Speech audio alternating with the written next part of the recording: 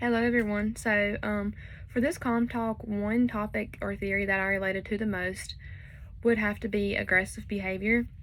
I know there's so many we've learned about throughout this semester, but the reason why I chose aggressive behavior in particular is because it happens daily, and a bunch of people don't even realize that whether they're the one being aggressive or the person they're communicating with. Especially like for me, I never realized how much I witness it in my daily life with my friends, my family, or my relationship up until like we dug deep into it this semester. And that's what made me choose this, is because I want people to realize that quite a few relationships could have passive aggression in it and you just never pay no mind to it. So to start out with, I'm using quite a few different sources. I'm using the textbook for one. I'm using two websites in particular, which I will cite once the video is submitted, along with a few notes that I recorded from these websites that I thought would be very interesting to add to it. For having something to relate to, I chose the movie Safe Haven by Nicholas Sparks. Granted, I know that for my second reflection paper, I done it on the notebook. Just honestly, a bunch of Nicholas Sparks movies relate to quite a few of the concepts and theories we've talked about this semester, and they hit home. So I thought I would do another one just to explain how passive aggressive is seen or shown. Sorry. So to get started, the definition I think is the best one is the one that's stated in the textbook. It says, passive aggression once occurs when a communicator expresses dissatisfaction in a disguised manner. So with that being said, a good example would be that I come up with was, say that you're having a conversation with like a friend or your boyfriend or your spouse or whoever, and something that they say like really hits hard with you. It either makes you mad or makes you upset, and they come back afterwards and they can tell in your tone of voice or your actions, either being verbal or nonverbal, that something's wrong with you. So they ask you like, what's wrong? Are you fine? And you come back saying, I'm okay, I'm fine, nothing's wrong. But within a few minutes later, you're slamming a cabinet door, you have an attitude like talking back to them, or honestly, you can be nonverbal once again and give them the silent treatment, because that says a lot. That is a good example of aggressive behavior, and like I said, it happens quite a bit in relationships, and we've just never picked up on it. Another thing about aggressive behavior is you can't truly see that a person shows it or is doing it until you've learned that person. You've been with them for a while and you know how they work, you know their pattern to their life. And what sucks about aggressive behavior is you have to communicate, you have to talk it out, like you can't ignore it because it's just going to cause problems. One thing that I noted that I wrote down was, like I said, you have to learn to identify their passive aggressive behaviors. You have to know their patterns, how they live their life, and what could possibly trigger that person. Because if you don't, they could constantly make you feel like you're living on edge and that you're walking on eggshells and you're scared to say something or do anything because you may think it's the right thing, but it could cause them to get mad at you or to say something, and you don't want to see their reaction because you don't know if it's going to be a good thing or a good way or a bad way.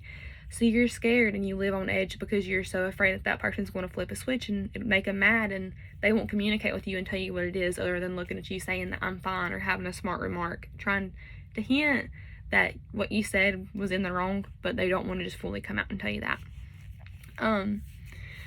It could cause you to second guess your own instincts and feelings, and that is by far one of the worst things to do, because as a human, especially when it comes to relationships, you should always go with your instinct, to always go with your gut. Don't ever let what another person says to you like change your opinion about something or how you feel, because usually your instinct and your feelings is always the right thing. One quote that I found while looking up things on aggressive behavior that hit very hard for me was this quote by Woodrow Wilson. He once said that loyalty means nothing unless it has at its heart the absolute principle of self-sacrifice. So in other words, let go of how you think things should be and accept them for what they truly are. You may want things to go one way, but in real life, it doesn't pan out that way, but you were bound and determined for it to go the way that you want it. Sometimes you have to let go of what you want it to be and accept it for how life really is, because it won't always be the way that you want it to go. So, back to the movie that I chose. In Safe Haven, aggressive behavior is shown quite a bit. I know the movie talks about a bunch of different things, but the one thing I want to hit most on was how Erin was a young girl, probably about in her 20s, from Boston, and was married to a cop. He was very aggressive, he was a bad alcoholic, and he was very abusive to her. So in this movie, in the very beginning, Aaron was cooking dinner, trying to make him happy. He comes in drunk and tries to hit her and just like goes at her physically. Well, this girl packs all of her stuff, or they end up getting into it. She stabs him. She packs her stuff and she flees to the neighbor's house. Well, later on, the neighbor helps her escape. She gets a bus ticket and she leaves. And she finds herself in a small town of Southport, North Carolina, where she plans to restart her life as a new woman and just pretty much start out with a clean slate. So she moves to Southport, changes her name from Erin to Katie, and tells everybody a different background story because she doesn't want to know where she's originally from.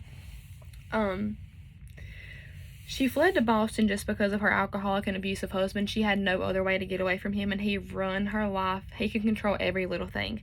Kind of like throughout the movie, you'll see that he makes like pretty much mugshots or like posters over and hangs them up saying that she's wanted for murder, first-degree murder, all this kind of stuff. So all these people are looking for her throughout different states, in other words, trying to help him find her so he can get back at her for doing what she did to him. Throughout their relationship, Katie and her husband, or Aaron, whichever one you want to call her by, she pretty much walked on eggshells. She's tried to please the man, but with him being an alcoholic and him being very abusive, you never truly knew when he was going to flip that switch and when he was going to become hateful or aggressive to her. She'd maybe had tried to learn his patterns and couldn't figure it out because he could always flip it like a switch. She just never knew. And sometimes aggressive behavior may not be that bad. It could just be, like I mentioned, where it causes the other person to get an attitude or give you the silent treatment. Or sometimes it can go to ruin a relationship or causing one person to be pretty much controlling of the other and that person being too scared to get out of it. There's different levels of how passive aggression can go, and you never truly want to experience them at all. If you can keep them out of your relationship and just communicate and face the problems head on, that's the best thing to do. Even though, like I've said, it's a lot easier said than done.